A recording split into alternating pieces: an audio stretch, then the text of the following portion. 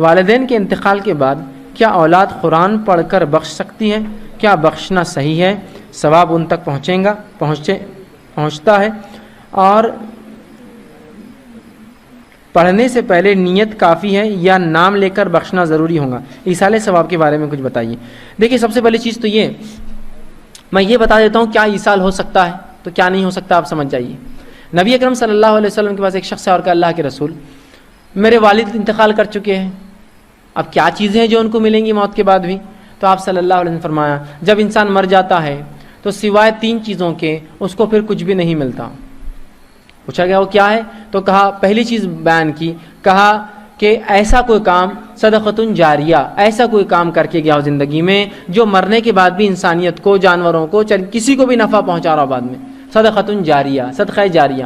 School بنایا، college بنایا، مسجد بنائی، مدرسہ بنایا، مکتب بنایا، لائبریریز قائم کی، دواخانے ڈالے جس سے انسانیت شفا ہو رہی ہے، فائدہ اٹھا رہی ہے، اور سڑکیں بنائی، جھاڑ لگائے، کچھ بھی ہو سکتا ہے، صدقۃ جاریہ، تو اجر ملے گا۔ دوسرا فرمائے علم ینفع، ایسا علم جس سے انسانیت کو نفع ہو، نفع بخش اچھا نالج، چاہے پھر وہ عربی کا ہو، قرآن سکھایا ہو، ہندی سکھایا ہو، اردو سکھایا ہو، میتھمیٹکس سکھایا ہو، جغرافیہ سکھایا ہو، جس سے انسانیت بھلا فائدہ اٹھا رہی ہے، ایسی کتابیں جب تک چلیں گی فائدہ ہوتا رہے گا۔ تیسرا فرمایا او ولد صالح یدعو لہ، نیک اولاد جو مرنے کے بعد دعائے مغفرت کرے، یہ 3 چیزیں ہی ملتی ہے، باقی اکاؤنٹ بند ہو جاتا ہے۔ دوسری حدیث میں فرمایا کہ ایک انسان روز قیامت اللہ سے پوچھیں گے اللہ یہ ثواب کیوں ملا، یہ ثواب کیوں ملا جبکہ میں نے تو کیا نہیں تھا؟ اللہ کہیں گا یہ تیری وہ نیک اولاد ہے جو تیرے لیے جو ہے دعا کرتی تھی، جس کے بدلے میں یہ نیکیاں تیرے نام عمل میں لکھی گئی۔ تو پتہ چلا اولاد کی دعا پہنچتی ہے۔ صدقہ جاریہ جو اس نے کر کے گیا اس کو آپ کنٹینیو رکھیے، اس کا بھی اجر ملے گا۔ اسی طرح آپ صلی اللہ علیہ وسلم سے خاتون نے پوچھا اللہ کے رسول میرے والد کے لیے میں جو صدقہ جاریہ کے لیے کیا کروں ان کے انتقال کے بعد؟ تو رسول اکرم صلی اللہ علیہ وسلم نے بتایا کہ تو پانی کا انتظام کر۔ یہ پانی کا انتظام خاص نہیں تھا، یاد رکھیں، ہم سمجھتے ہیں بورنگ خدا نہیں کھلے۔ رسول اللہ نے یہ اس لیے کہا کہ اس زمانے میں پانی انسانوں کی اشد ضرورت تھی عرب کے علاقے میں، تو جو بیسک نیڈ تھی اس نیڈ کو آپ نے ابھارا۔ آج کے دور میں ہم کہہ سکتے ہیں اور بھی تمام چیزیں جو ہو سکتی ہے، ایسے چیریٹیبل ہاسپٹل جو انسانیت کو نفع دے، ایسی سڑکیں جو انسانیت فائدہ مند ہو، ایسے جھاڑ، ایسے بہت سی چیزیں ہو سکتی۔ اس زمانے میں چونکہ پانی قلت تھی، انسانوں کے لیے مشکل تھا، تو کہا اس کے لیے پانی کا نظم کر اس کے نام سے۔ اسی طرح ماں عائشہ رضی اللہ عنہا کی جو روایت میں نے آپ کے سامنے جو رکھی تھی، جس میں آپ صلی اللہ علیہ وسلم نے فرمایا کہ اولاد بھی باپ کی کمائی سے ہے، تو اس حدیث پہ علماء استدلال کرتے اور کہتے ہیں چونکہ اولاد باپ کی کمائی ہے تو اولاد جو خرچ کرے اس کا اجر باپ کو ملتا ہے ان کے نام سے۔ تو اس حدیث سے پتہ چلا پھر آپ کیا کر سکتے ہیں کہ آپ مالی خرچ کیجئے ان کے نام سے، ماں باپ کے لیے مال خرچ کیجئے تو یہ ملتا ہے۔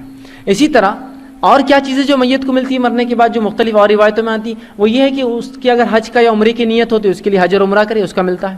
اسی طرح اگر اسے کوئی فرض روزے یا کوئی نظر کے روزے باقی ہو جو انتقال سے پہلے نظر کی ہو اور نہ رکھ سکا ہو تو وہ روزے بھی انسان اس کا ولی مکمل کر سکتا ہے، اس کا اجر بھی اس کو ملے گا، اس کے نام سے دیے گئی رقم یہ اس کو ملتا ہے، باقی تمام چیزوں کے راستے بند ہو جاتے ہیں۔ لہٰذا یہاں نماز کا تذکرہ بھی نہیں ہے، یہاں قرآن کا بھی نہیں ہے، تو قرآن پڑھ کر بخشنے کا ثواب بھی نہیں ملتا، نماز پڑھ کے بخشنے کا ثواب بھی نہیں ملتا، اس لیے کہ کچھ بدنی عبادتیں ایسی ہے جو اس کو کرنا لازم ہے اور کچھ بدنی عبادتیں ایسی ہے جو ہم بھی کر دے تو معاملہ پہنچ جاتا ہے، جس میں سے حج کا کرنا، عمرے کا کرنا یہ ہو سکتا ہے اور اس کے لیے خرچ کرنا، لیکن باقی دیگر عبادتیں بدنی ایسا نماز پڑھ لی تو کیا اس کی نماز پوری ہو جائیں گی؟